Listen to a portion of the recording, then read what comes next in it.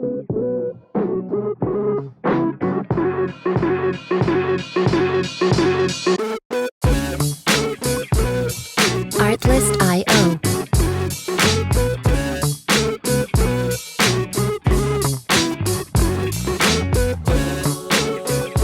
Hello!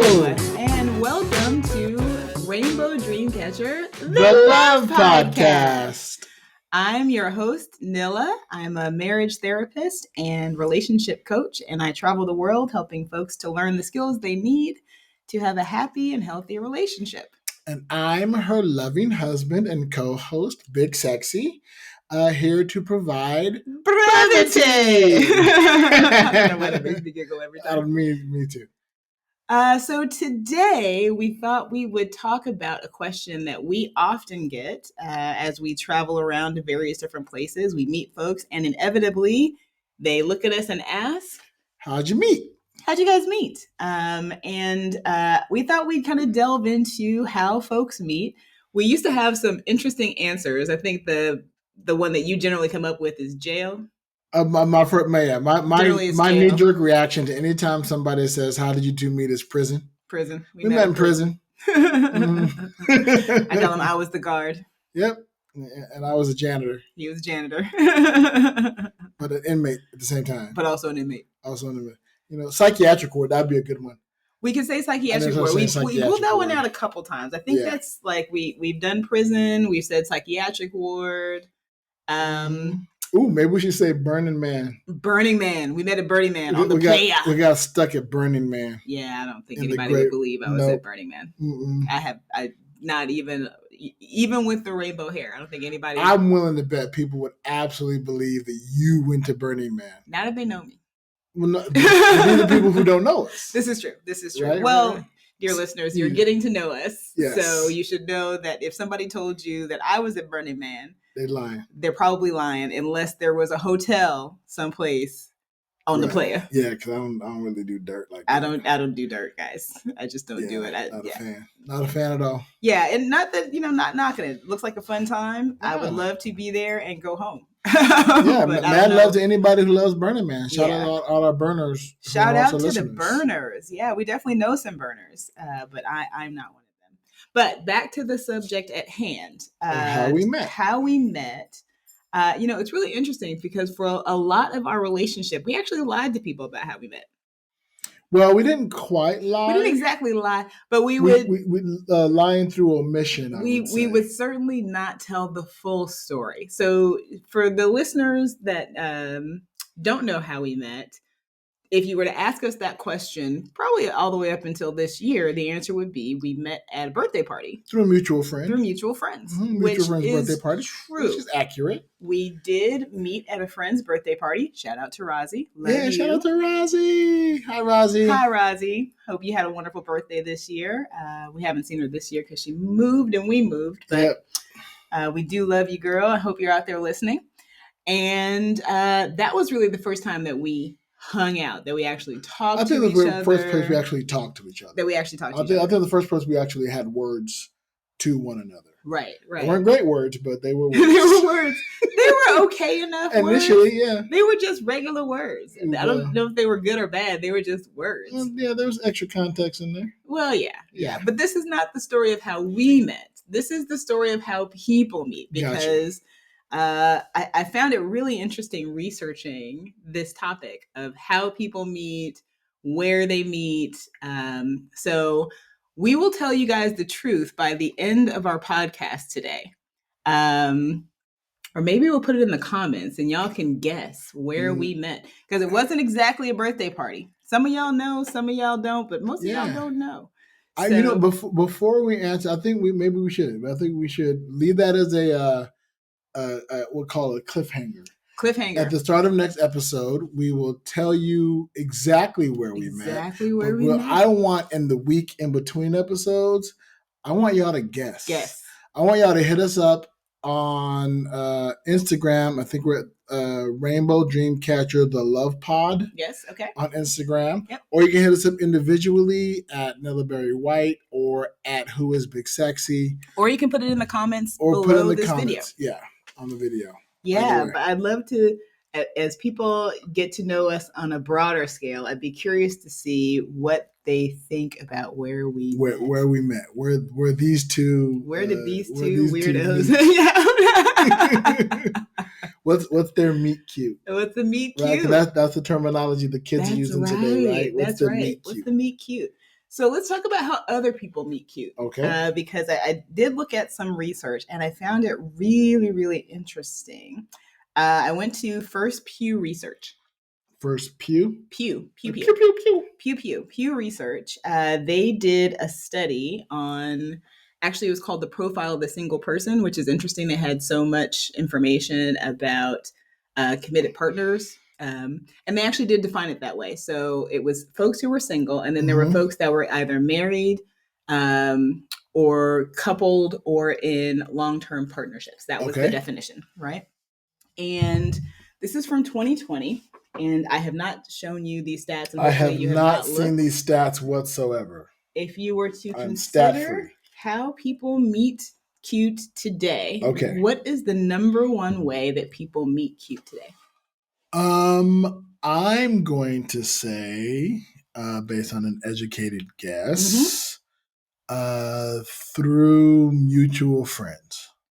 You cheated. I did not. Totally cheated. I did not. Okay, yeah. You know why I say that? Why is that? Because one, that's how we met. Okay, fair. And every time we mention that's how we met, a lot of people either say same or and I know friends who've gotten other friends together.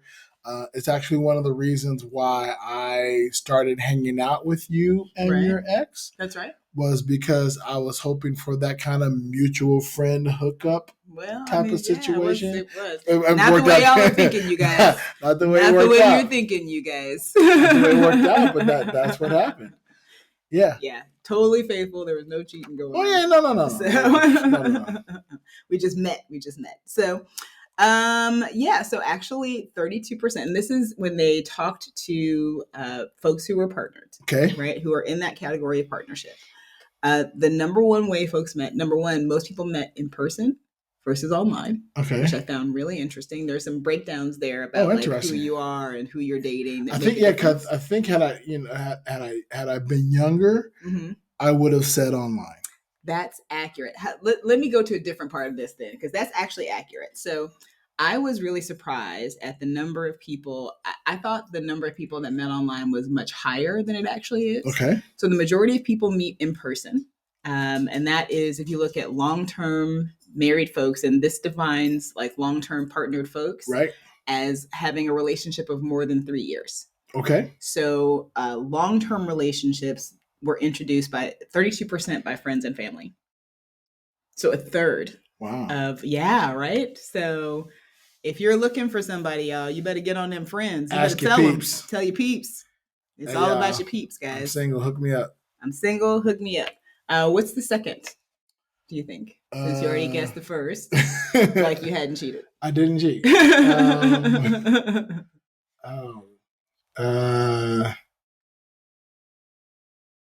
What about like social activities? Like going to a bar, going to church? Actually, interestingly enough, no.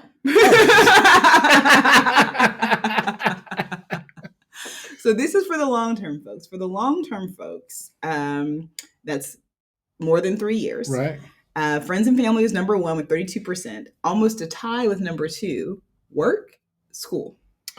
Oh. Which of course makes sense. Work, school, because forced familiarity. Forced familiarity, people you see every day, all that good stuff.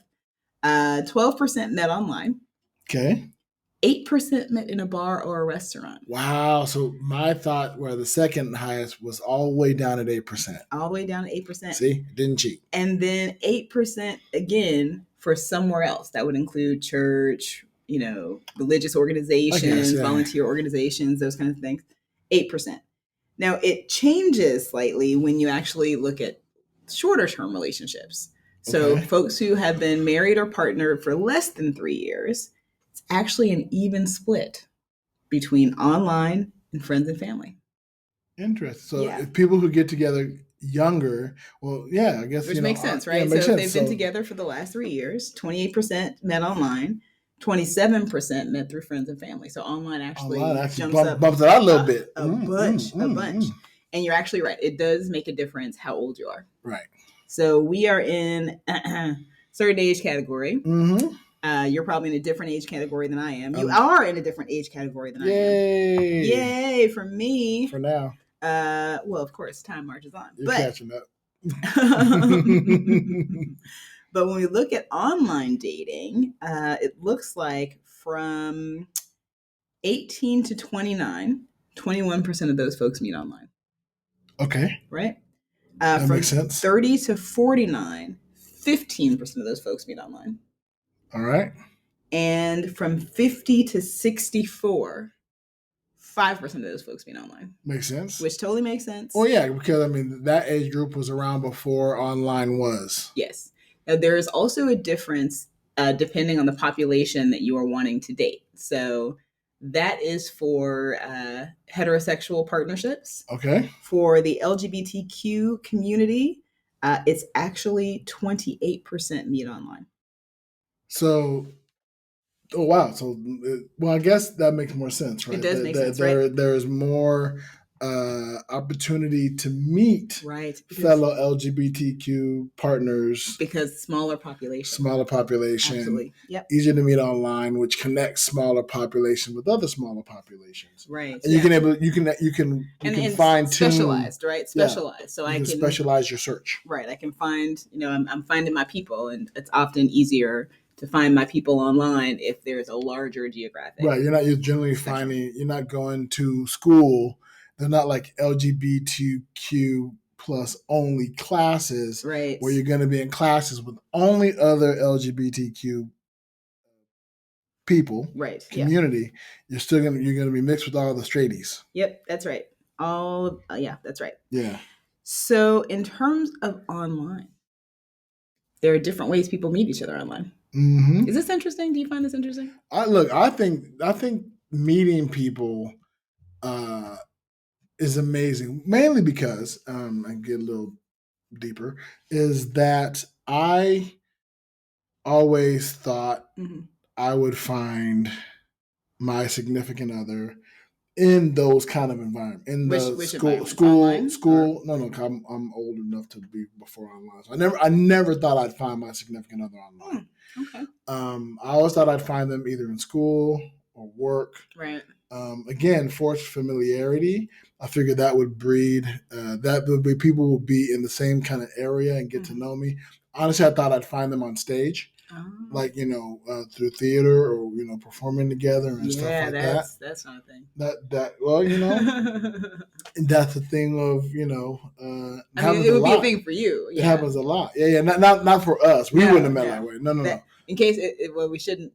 Man, we gave away one of the answers. That's all right. No, where we didn't meet. There is an infinite number of places. There's an infinite number of places that we didn't meet. There's only one place where we did. Where we actually did meet. Right. Yes. So. So the idea of where people meet was always been intriguing to me, and how that happens. And then a lot of my friends. My single friends are like, man, where do you meet people? How do you meet folks? Which often prompts us, how'd you guys meet? I think a lot of times that question is geared towards, well, let me do what they did.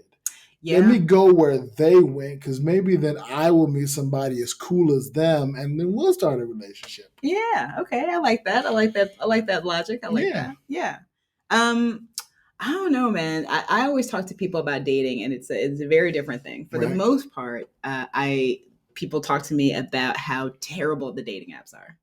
The dating apps. That the apps are just, there are folks that have met on apps, and even there are people that I know in our age group, actually. And I actually remember a good friend of mine that I knew from college met her partner on Match.com. Okay. And it was so long ago that for a long time, she didn't say anything about how they met. Like, she just wouldn't tell nobody how they met or whatever. And they ended up being married, had a few kids, had the whole, story. Right. But they met on Match.com, and it was like, I don't know, 25, 30, So gosh, Match.com is like 20-something years old. Match.com is old. It's one of the first ones, but it's been out there for a while. Yeah. But I think what happened is that when Tinder came on the scene, Tinder and Grindr changed the whole dynamic of dating. Because Tinder is the swipe left stuff. Yes, that's the swipe left. Oh, I'm showing my age by asking that question. That's right. You swipe. And what I hear from folks, number one, is that they have often gotten to a place where they feel like they're seeing the same people over and over and over again, which is really unsatisfying. And that also that they feel like the way that they meet is very shallow. Right. The shallow the swipe left. You're looking at the picture. You decide if you like the picture. You might read a little bit of the subject headline, and then you're making a decision, and you're going, nah, not for me. Yeah. But you don't know that person might be for you.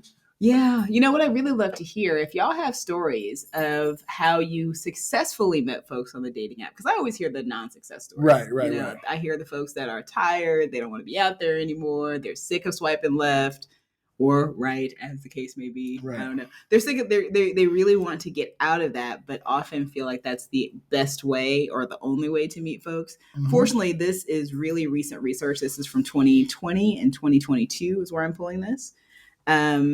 And so it looks like, honestly, if y'all want to get off the dating apps, you can absolutely get off the dating apps. Right. But you do have to get out into the world somehow. And get some friends. You got to get some friends, man. Your friends have got to be the ones to hook you up. So if your friend says this thing about like, hey, I've met this person that would be perfect for you. Check them out. At least give them the benefit of the doubt. Give them the benefit of the doubt. You know? Now, have you ever been on the dating apps? I have been on the dating apps. I did go on the dating apps. Actually, while I was dating you, I was on the dating apps. Really? Yeah. Well, I mean, before we were like dating. Well, no, I get you, man. Yeah. Go ahead and listen to episode 2, y'all, for that story. Because we weren't really dating. We were in that early stages. In the early friends with benefit stages. Right. So you were just friends, and I, was looking around. What was your experience like on that? It wasn't great. It wasn't great. I had a lot of high hopes, actually, for the dating apps. Okay. I really thought that as opposed to you, I thought I was going to find my person online. All right. I figured I was going to search like high and wide. I was going to, find the perfect person. I was looking for somebody very rare. I knew I was looking for somebody very rare. So I was like, I'm not going to just stumble into this person in like a grocery store. I'm not going to just walk up to this person, at a bar. All right. Careful now, you're knocking out 2 places that may exist for people guesses. This was just my thought process. Oh, right. You just knocked this out for people's guesses. I guess I did. Rude. Or did I? Yeah, okay. I think But I knew I wanted something super, special. And I didn't know how to find that. I just knew that it wasn't going to be somebody I met in an ordinary place. Right. There's your hint, listeners. It wasn't an ordinary place. Or was it? No, it wasn't. It definitely wasn't. So I actually spent a lot of time on the apps. I did the free ones first. So I did Plenty of Fish. I did the free version of Match. I did... Was eHarmony free? eHarmony was not free. I decided not to do eHarmony because I am an atheist and that has a very Christian undertone. Makes sense. And so I kind of thought like, that's not really the app for me. Right. I skipped over Christian Mingle or whatever it was. Farmers Date Farmers, those very specialized dating apps. I just skipped over all of those. Only Farms. I skipped over all of that. Right. And I was looking for the more generalized. I also did Black Planet, which is not a dating app, but was a... It was a hookup. I mean, it was a hookup. It was a community spot. It was a hookup community. Online community. It was an online community. So I very briefly around Black Planet. I didn't find a whole lot in Black Planet. But yeah, so I took it very seriously. I sat down, I did all the questionnaires. I did all the I'm going to be honest. I took time to write out my profile. Right. And the one person I remember that was it was like a 98% match. I got to tell you, it was not cool. It was not cool. It was this person that was maybe 20 years older than me. I mean, I know you're not that much older. I did look for an older person, but this person was like 20 years older than me, like gray. And, I was in my 30s. So, wow. I was like, okay. They were sitting on a motorcycle. They had on an American flag bandana. Yeah. Yeah. I want to know how you answer those questions. They were like, this is the guy, this right here. This dude is the guy for you. I was very disillusioned. I was very, very disillusioned. I only met a few people from there. Nothing ever like panned out. Nobody ever had any interest in like even talking to as a friend, even like, which is kind of unusual because I make a lot of friends, and I just didn't find it to be like it wasn't fruitful for me. It just Interesting. wasn't. But it doesn't mean that doesn't happen for other folks. Right. I was looking, here's some other stats about just online dating in general, that for the folks that did meet online, for those, depending on, what demographic, 27%, 12%, or 28%, depending on your demographic and your age and all that good stuff. Apps were the number one way that they met. Okay. So not like social media. No. Not like Facebook or Instagram. Nope. Definitely specifically dating apps and dating websites was 61% of where they met their partner. That makes sense. Their special someone. Social media was next. That was 21%. That's a huge gap. Yeah, it's a big gap. Yeah. So the thing you're on a dating app, you're looking to date. And you're meeting other people that are looking to date. Yeah. Your goal is looking for social media. You're trying to show people what your life is like. Right. Yeah. And then the next one was discussion groups, Discord, those kinds of chats, Reddit. Those were 10%. And then the next were text groups and gaming groups. But so what about the gaming folks? Because the gaming folks, 3%. 3%. I mean, you're more focused on shooting shit than I suppose than shooting the shit. Mm-hmm. Yeah. Makes sense. Yeah, that makes sense to me too. So I mean that's kind of the dilemma that I talk to people about, right? Is that if I don't have a lot of access, let's say I work at home, or there's just nobody in my workplace that's interesting to me, right? I don't go to school, right? Then online is the next. It's either my friends and family; they're either hooking me up, or I'm going online, right? And if I'm going online, I'm walking through the apps, and so it can feel almost like a hopeless cycle, right? That like I'm stuck in these dating apps. A lot of it also depends on geography. Right. So depending on where you are, you might not be in a place where there's a culture of dating. We're in Las Vegas for a very long time. We're absolutely. A lot of my clients are still from that geographic area, even though I now see people from all over. And dating is rough in Vegas. I mean, it's rough everywhere. Well, I think Vegas presents a difficult opportunity because it's such a transient location. People are always coming and going through Vegas, as opposed to the idea of planting roots and setting still. I wonder what the difference would be between our episode 2 versus this, right? Before meeting long term versus meeting, hookups and I'm going to look that up. There were some stats about that. I was also looking up my favorite little website, Psychology Today. And Psychology Today had an article on where potential romantic partners meet in real life. And they did make that difference. Let me take a look here. The hookups tend to meet... that they meet in different locations. Oh, gotcha. Right. So now this research is a little bit older. This is maybe 10 to 12 years old. Right. So we're looking 2012, 2015. So keep that in mind as we're talking about the research that it's older research. On a complete tangent, it's weird to say 12 years ago was 2011. Yeah, well, that's just because we're old. Yeah. That happens the older you get, I think. It does. Like, we're 23 years into the 2000s. Well, you got to think. You're gonna hate this. I am indeed. The 1980s is, if I think about from today until 2060, it's the same amount of time between today and the 1980s. Ooh, 2060. 2060. Think about that, folks. Think about that. You're welcome. You're welcome. So let's talk about these locations. Right. let's see. For the researchers identified the best places agreed upon by all genders. These are categorized into long-term and short-term locations. So long-term meaning I meet a long-term partner versus I meet a short-term person. Right. The long-term partner, those locations included classes, organizations, religious venues, work, gyms, coffee shops, volunteer groups, the neighborhood, conferences, and parks. They did see one difference along gendered lines, which is, those who identified as women included libraries, whereas those who identify as men included bookstores. I don't know why they made that distinction, but they made between that libraries and bookstores. Yeah, weird, but whatever. That's what they're saying. If I'm a man, I'm buying the books. If I'm a woman, I'm a rent it. I'm renting them. I'm a rent them for a little bit. What do you mean the parks? I don't know. It just literally says parks. But I'd imagine these are folks that are like dog walkers. Oh, man. Okay, yeah, there you go. Exercisers.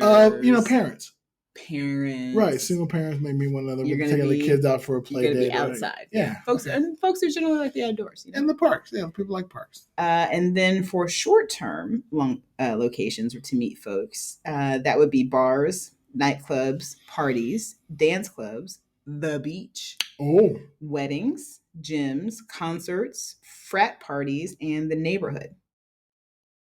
All right. Yeah. So that's interesting. That's where folks generally beach. Yeah. Well, I mean, you got to think about it. Everybody's outside. Everybody's got on cute little outfits. Mm-hmm. Yeah, let's frolic in the sun. Frolicking in the sun. And then let's frolicking under the sheets. And then let's frolic elsewhere. Yeah. So I don't know. It again, this is older research. They didn't really get into, and this was specifically like meeting people in person as opposed to online. But they do have some tips actually. So if you are looking to find a long-term partner, the tip is to frequent locations where you will have emotional and intellectual things in common with the others who are there. So like an art gallery, if you're really into art. Right. If you go to an art gallery, you might meet somebody else who's also very into art. You're much more likely to meet somebody else who's into art. And then you can chat about the art you're seeing. Yeah. And how it means the existentialism of walruses in the Congo. Okay, that is a very random example. But yes, you can actually go someplace and highlight your unique and attractive traits. That's what they're saying. Okay. So, if you're in a class and you are an intellectual, you can kind of highlight the fact that you enjoy talking about political topics, for example. Right. Also, I thought I'd meet my significant other. Nope, I'm not going to say it. Well, no, I can't say it. Yeah, go ahead and say it. You might as well say it now. Karaoke. Oh, yeah. Well, we definitely didn't meet in karaoke. So you can go ahead and cross that out. Right. We're giving you like all the hints. We're giving clues. Look, again, there's an infinite number of places we didn't meet. If I mentioned 10, there's still an infinite number minus 10. Yeah, but you keep marking off all the most common places. Because I want to make it more difficult for our listeners. Yeah, okay. For short term, let's see. They said if you were looking for short-term partnerships, go for places that focus on sexuality and physical fun. So that's clubs, bars, parties, anywhere you can flirt and act sexy. Places that are about seeing others and being seen. They just said when you go, just be ready to flirt. Okay. All right. Now that's an interesting thing too. Flirting. I don't know that I know how to flirt. Ooh, I think we may want to have to do a whole nother episode on flirting. We should probably do a whole episode on flirting. I don't think I actually know how to flirt. I think, I remember actually that same friend, Rosie. She used to try to teach me how to flirt. And you know what? My girl, she kept trying. Yeah. I appreciate you so much, Rosie. Rosie put in work. She put in so much work. She kept trying. And I couldn't pull it off. I couldn't take it seriously. And worse, Rosie's beautiful. Agreed. Like just a gorgeous woman. She was in our wedding. Just a beautiful person inside and out. And let me tell you, she knows how to like do her thing and get out there in the world and get attention and just beautiful. And I would try to emulate that, and it just was a disaster. just absolute rank disaster. I want to dig into that, but I think I want to say that for a later episode. Yeah, we definitely should. Yeah, stay tuned, listeners. We're going to get into the flirting, art of the flirt. The art of flirt. Yeah, is that an art? It's an art. It has to be an art form. Yeah, for me, I'm hoping it's a science. I'm hoping I can find some statistics. The science of flirting? On how to flirt, what works for flirting. There is something like that. There is. You found that out in pole class.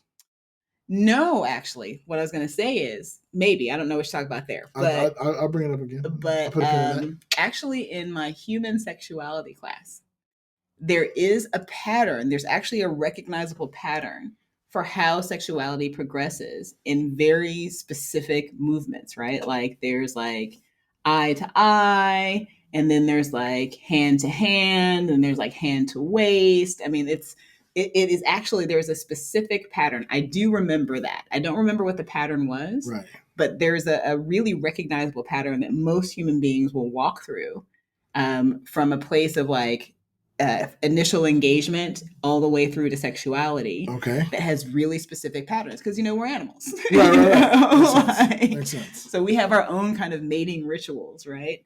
That have been studied and are recognized. So now I am actually very excited about the flirting episode because there is a science to flirting, y'all. Yeah. I'm excited about that. What I was talking about. Yes, you were saying about. Was in pole class, they mentioned how to look sexy walking around the pole. Now that's also so. And yes. It's a very unsexy description. Yes, an activity that you do that provides the look of what somebody finds attractive and sexy. Well, here's what I found most interesting about the experience of being in pole class. And if you don't know already, y'all, pole class has been such an amazing and wonderful part of my life and my growth in these last few years. I think I've learned so much about myself in pole class. Mm-hmm. And one of the things I learned, because again, I mentioned that my friend tried to teach me how to be sexy and like it's just hopeless. What I learned in pole class actually, again, is that very animal idea that, you don't have to try to look sexy. If I put my leg over here and I put this arm over here and I shake this part this way, right? That's people are going to look at that and go like, oh my God, that's so sexy. And I was like, what? Like, right. For real? Because to me, it just feels like, trying to find placement so I don't fall off the pole and bust my ass. Yeah. But,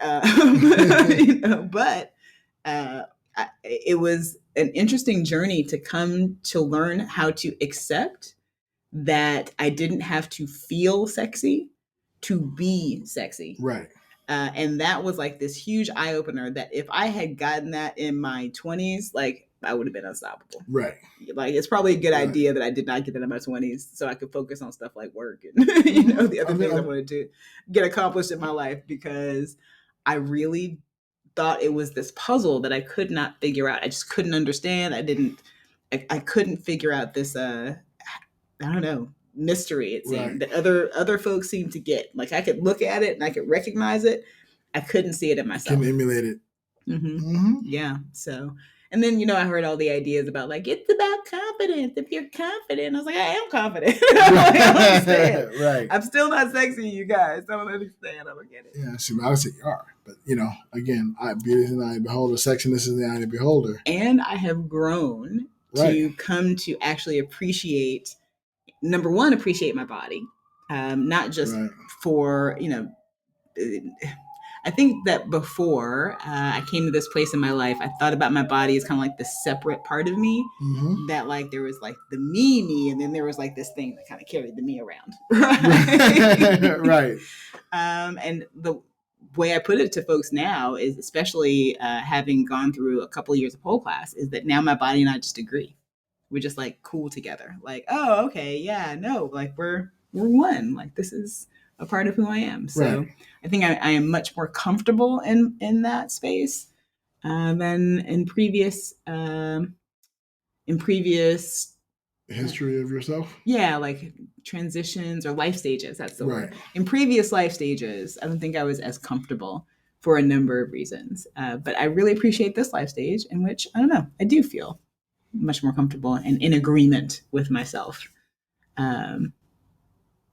And I guess that comes across as sexy. I don't know. Yeah, I'm sure it does. And if you're walking to a bar, people will see that and want to meet you. Yeah, well, we do walk into bars and we do meet people. Exactly. It happens all the time. Right? It helps when you have a dog. I have a dog that walks with me. So. Yeah.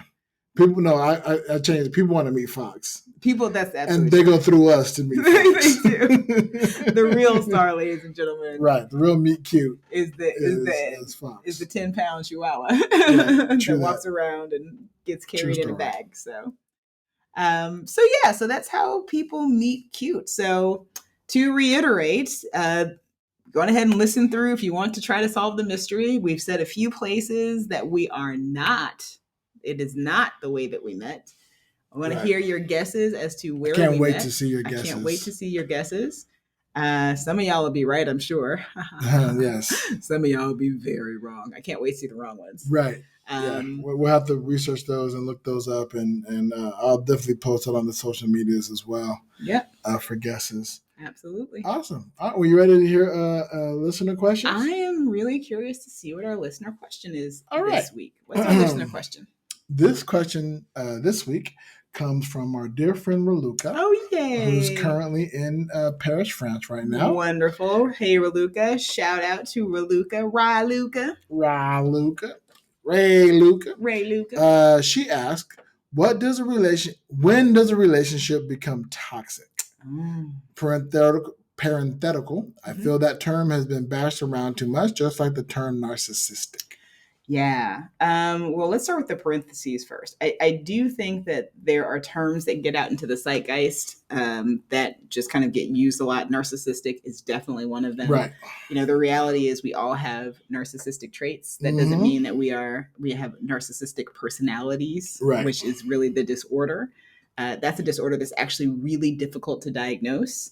It takes a lot of time. It takes a lot of family history to diagnose someone as a narcissist, quote unquote, in the way that they are toxic. Right. But there are selfish people out there. Right. Right. When does it become toxic?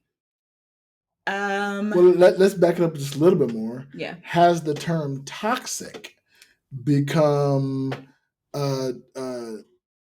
used almost incorrectly by the zeitgeist, or not necessarily incorrectly, but overused? Overused. I can't say that it is overused. Okay. I think that it's really hard to determine the point at which a relationship becomes toxic. Right. Right. I think first of all, toxic doesn't mean just unhappy. Right. I think that there are a lot of relationships that are unhappy that are not necessarily toxic relationships. Okay. Toxic to me, again, from a clinical perspective, not that it's a clinical word, but toxic to me, if I look at it as a relationship coach, is any point where there is harm and it's a known harm. Okay. Right. So I can't necessarily say, of course, anyone who is doing things that are malicious. Right. That is definitely a toxic relationship. Anyone who is maliciously harming, manipulating, gaslighting, that's a term that kind of gets thrown around a lot. But I think that what happens is not that there's a point, but that there's a progression, right? The challenge is that if you had a healthy and secure childhood, right, then someone approaches you with a love bomb, which is just being loving and kind and wonderful. That feels good. Right. And if you came from a, withdrawing family or a, difficult childhood or one that, didn't have good models of relationship, right, a love bomb is like, oh, this is what I've been waiting for my whole life. Also feels good. So, both healthy relationships and unhealthy toxic relationships generally start in the same place. Okay. Right.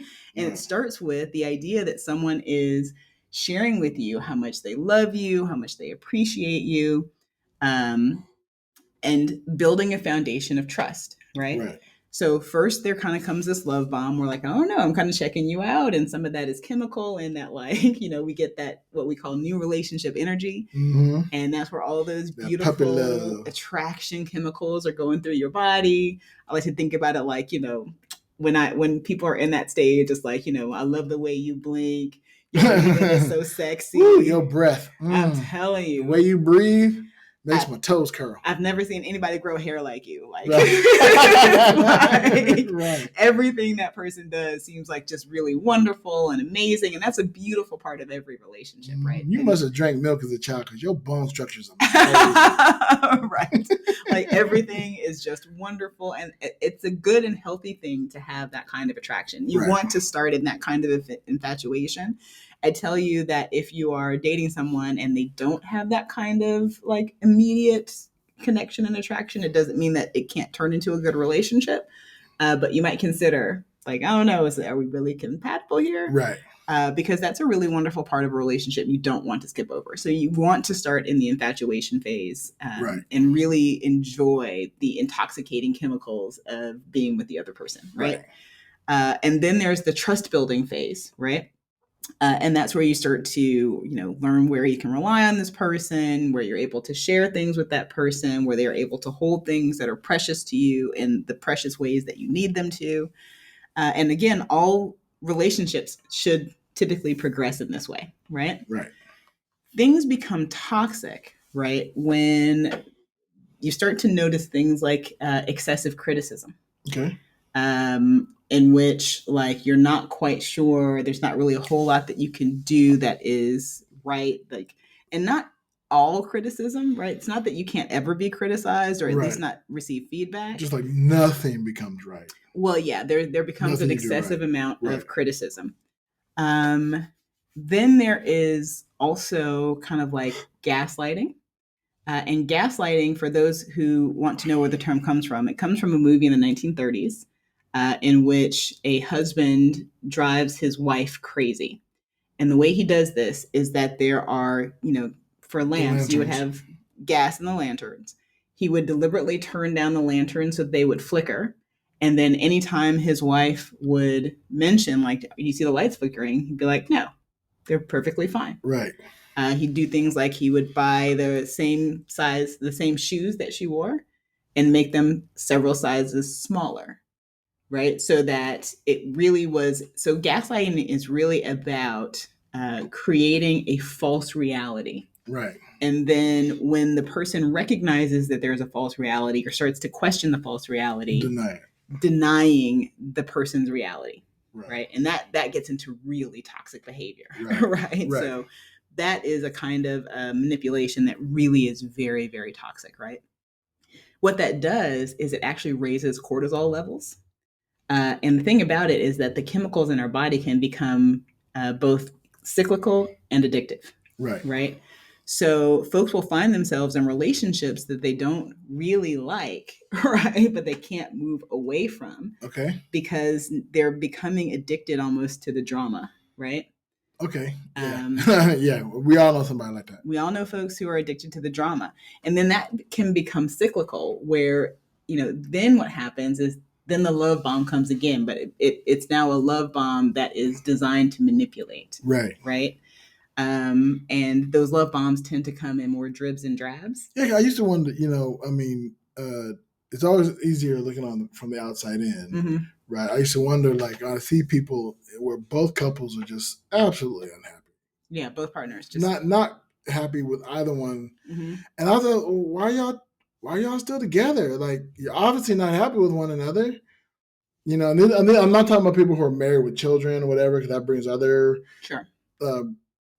things. But folks that otherwise don't seem to have a whole lot of time. Yeah, you just date, like, cut it out, like, Yeah. But again, like I said, it's easier from the outside looking in, but Yeah, that's a cycle that I kind of language as you broke it, but you're the only one that can fix it. Right. And that's what we would call a trauma bond, where again, it's that chemical dependence that says I am now addicted to this cycle of cortisol and dopamine and cortisol and dopamine and cortisol and dopamine, right?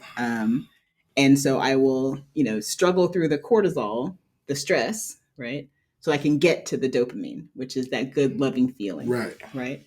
And that's the thing that makes it difficult is because looking on the outside, it looks like there's nothing good happening, but on the inside, there are good things happening, right? it's just not happening enough, and it's not happening in a way that actually is supportive of the people that are in the relationship. Now, right? Is that why some people who find themselves in that cycle and finally get out of a relationship try to create that in a new relationship? What do you mean by try to create that? What I mean is, so, often we hear, I at least every now and then hear of people who get out of a relationship, right? It was a toxic relationship. There's that word. And get into a new relationship, and they're the ones now who start creating drama around in this new relationship where the one didn't exist. Maybe. I mean, there's a lot of different factors in how that happens.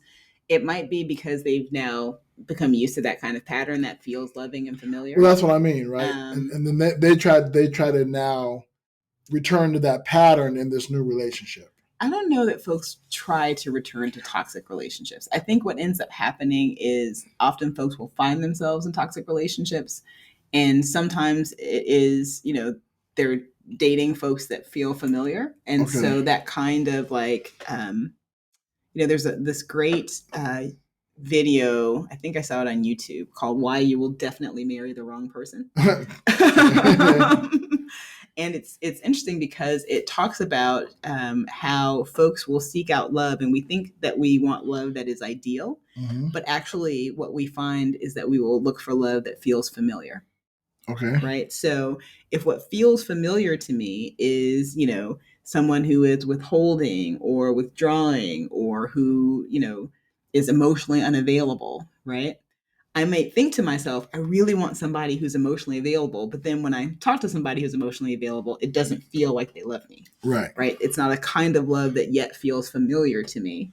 So I don't necessarily recognize it as such. Right. Okay. That's why you'll sometimes see those folks like, we're talking about friends and family. Your friend will match you up with somebody that on paper, like, oh man, y'all should like really hit it off. But like, oh no, you're just like, you're not, you're not, you don't have that kind of mix of familiarity that fits for me. Like that's the person I would label as like, they'd be awesome, but they're kind of boring. Right. So, the challenge is that, for most human beings, when we're growing up and we get our first models of love, we never get pure examples of that. So there will always be disappointment and failure and error and mistakes. And oftentimes that imprints, right? And then I am now looking for something that feels familiar, sometimes because that's a good thing and it feels familiar and wonderful and loving. And sometimes because it feels familiar and it's something I want to correct. Right. Like it didn't feel good when I was a kid, or it didn't feel good when I was growing up, or and now I'm kind of like trying to make you as the partner correct the way that love should be, right? But I choose something that's familiar, which makes it more difficult, right? Because if you can correct it, then that corrects a lot of things for me.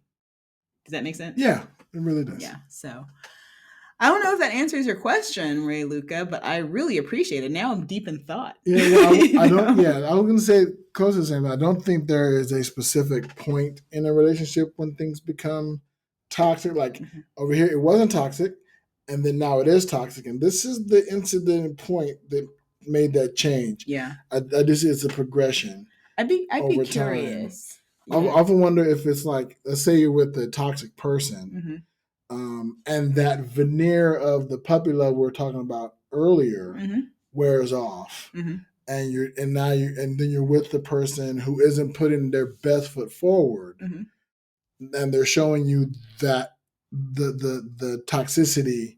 Well, that's a toxic person. I don't know. Well, that's what I mean. I mean, if you're in a relationship with a toxic person, that might be a toxic relationship. Yes. Yeah, definitely. Right. I'm curious as to how our listeners, how you guys would, I'm curious about your thoughts around toxic relationships and at what point in the progression it becomes toxic. I'm curious about your experiences with toxic relationships. Have you been in toxic relationships? How did you know? Like, when did you discover that you were in a toxic relationship? And how did you get out of it? If you got out of it.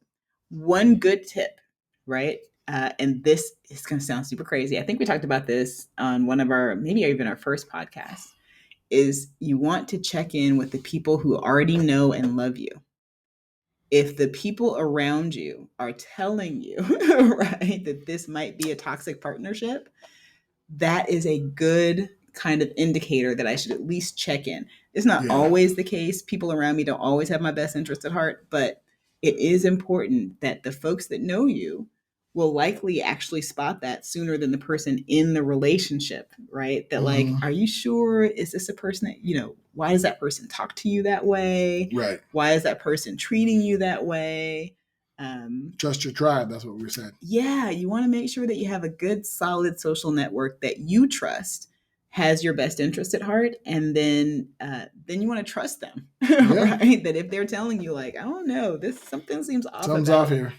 This relationship or this person, like you don't have to like take it as gospel, but definitely you want to listen. Pull back a little bit. Take a moment, take a look. Examine it. You might just say like, no, that's not the case, which, often happens, right?